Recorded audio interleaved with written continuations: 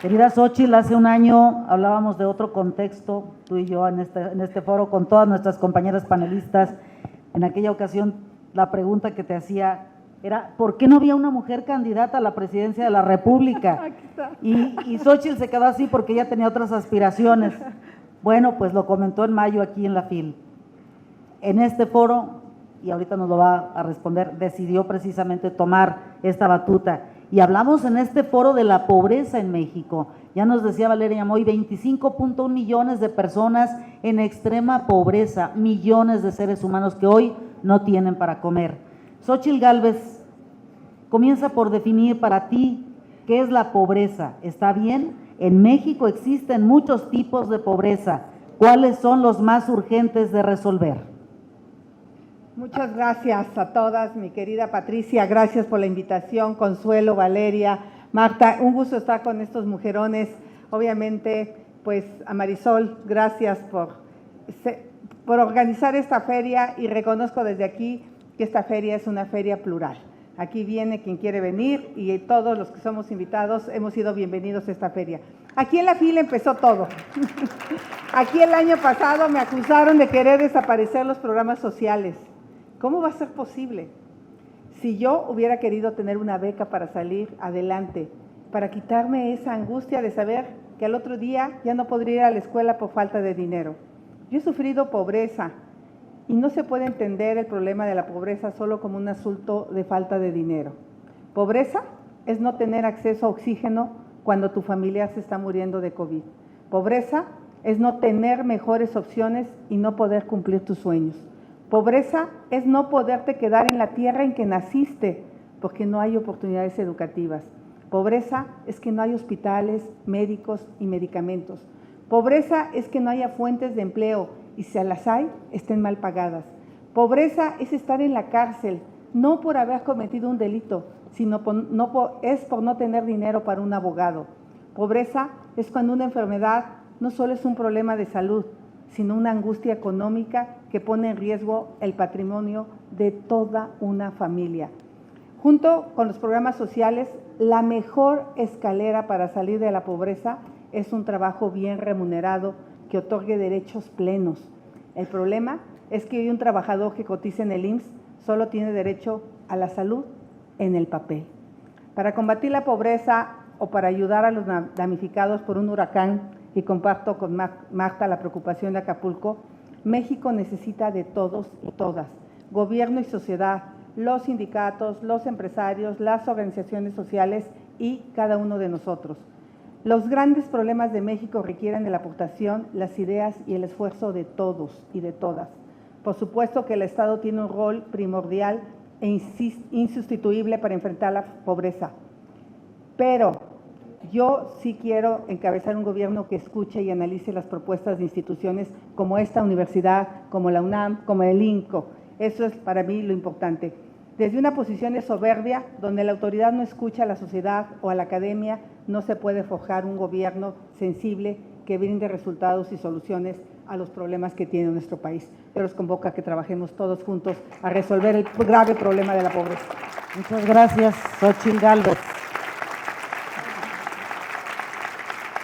Estados y regiones, también estudiar a fondo la gran diversidad de culturas y tradiciones, así como las distintas formas de pensamiento de la ciudad y del campo, del norte y del sur, del oriente y del poniente. ¿Cómo administrar los recursos para eficientar la administración de estos y lograr combatir el rezago que existe actualmente? Muchas gracias nuevamente por la pregunta, es súper interesante. Y justo, bueno, yo sí puedo decir que de los 3 precandidatos que estamos, soy la persona que más conoce México. Lo mismo conozco Sisoguichi en la Tarahumara, que San Juan Chamula o cualquier municipio de la montaña de Guerrero, Metlatono, San Juan Puerto Montaña, en Veracruz, por la zona de las Chuapas, porque he caminado México a lo largo de muchas décadas, años, primero con la fundación que tuve y después como funcionaria federal y ahora como precandidata. Yo de las cosas que más me han apachurrado el corazón, por ejemplo, ahora en mi visita a Chiapas, es que en Chiapas había pobreza, pero hay violencia y pobreza, y es brutal, porque empieza a haber un desplazamiento de personas que pierden su tierra, que pierden su casa, porque tienen que huir de la violencia. Y eso es un ingrediente adicional que le estamos poniendo a la pobreza. Necesitamos, lo primero que he dicho es que necesitamos gastar bien el dinero. Yo sí creo que hacer una refinería con 3 veces su valor es algo para mí impensable. Alguien debería estar fuera del gobierno, porque habían dicho que iba a costar 8,000 millones de dólares y hoy está costando prácticamente más de 20,000 millones de dólares. Esos 240,000 millones de pesos se podrían haber gastado en medicamentos, en escuelas de tiempo completo, en estancias infantiles, se podían estar gastando en proyectos de cultura. Entonces creo que los proyectos que desarrollemos tiene que haber absoluta transparencia, absoluta rendición de cuentas. No podemos seguir gastando de manera indebida el dinero de los mexicanos. Pagamos un aeropuerto por 300,000 millones de pesos que no está, un tren que iba a costar 120,000 millones y hoy cuesta 500,000 millones, también y además con un desastre ambiental. No tengo nada contra el tren, pero yo sí hubiera hecho un estudio de impacto ambiental necesario. Entonces creo que lo primero que se tiene que hacer es elegir tus batallas. Y para mí hoy no hay batalla más importante que la seguridad de los mexicanos. Lo que más me dice la gente es, podemos aguantar el hambre, pero esta violencia que estamos viviendo ya es inaceptable. Segundo tema que yo veo que le está dañando a los mexicanos es el tema de la salud. El tema de la salud es una cosa que los está empobreciendo porque tienen que ir con médicos de farmacias a comprarse los medicamentos. Yo sí creo que los mexicanos merecen más. Sí merecen la pensión de adultos mayores, pero además merecen tener medicamentos, atención a la salud. Los jóvenes merecen tener la beca, pero también vacunas. Hoy solo 3 de cada 10 niños tienen vacunas completas. Se ha incrementado 40% la mortalidad materna. Es de horror que las mujeres se estén volviendo a morir de parto.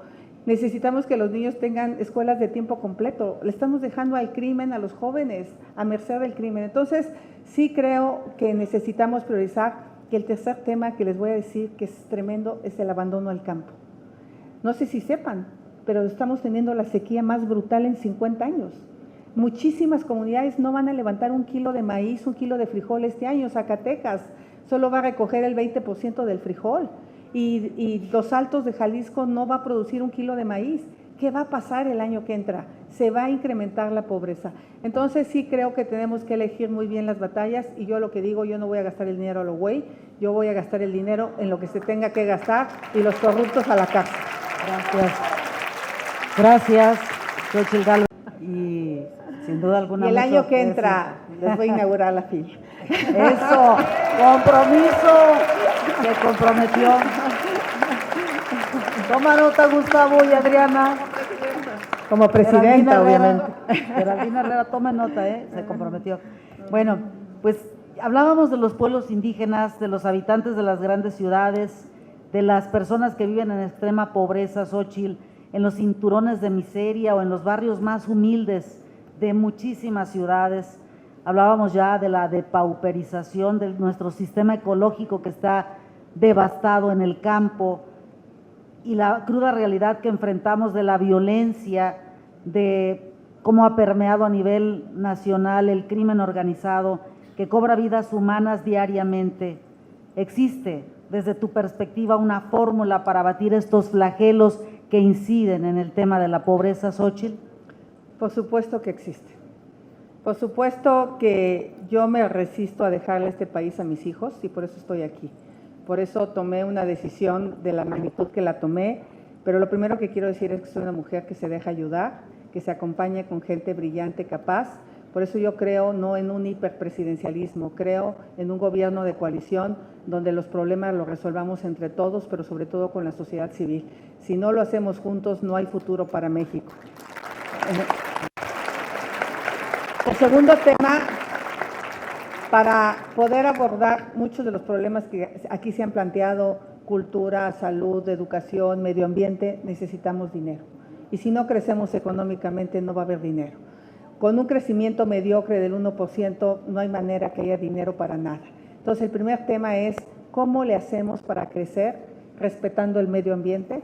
¿Cómo le hacemos para crecer con una visión incluyente, con una redistribución de la riqueza, con buenos salarios para los trabajadores, no salarios miserables, porque pónganse los zapatos de un trabajador que se levanta a las 5 de la mañana, hace 2 horas de transporte, gana 7,000 pesos como Osvaldo, que me lo encontré en Lagos de Moreno, y dice, son 800 pesos a la semana de gasolina, no me alcanza lo que gano. Pues obviamente ese trabajador no va a ser productivo, no es eficiente. Entonces sí tenemos que ir por la vía del trabajo.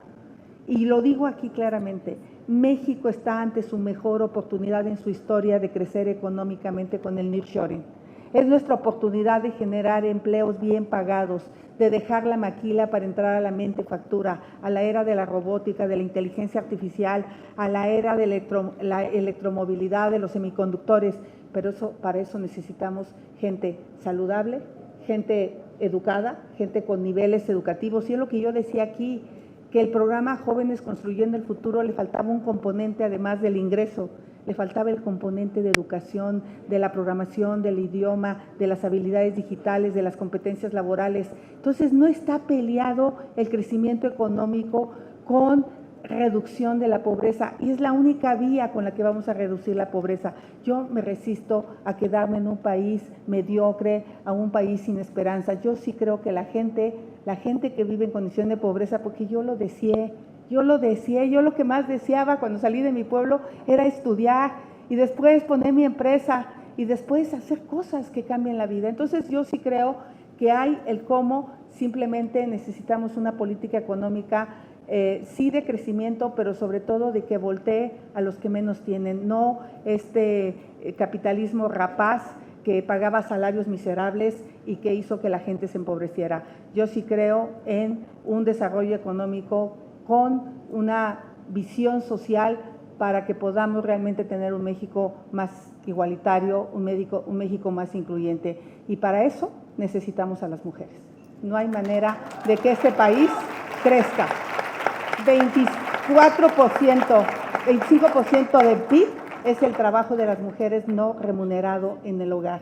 Para que se dé una idea, la manufactura genera el 22% del PIB. Entonces, necesitamos que las mujeres participen poniendo un sistema nacional de cuidados, estancias infantiles, escuelas de tiempo completo, apoyo para las madres que tienen hijos con discapacidad, apoyo para que las mujeres no tengan que hacerse cargo de los adultos mayores, acceso a crédito, acceso a educación, que los hombres le entren también a las actividades domésticas, y creo que solo construyendo un nuevo pacto entre hombres y mujeres vamos a sacar este país adelante. Muchas gracias. Gracias.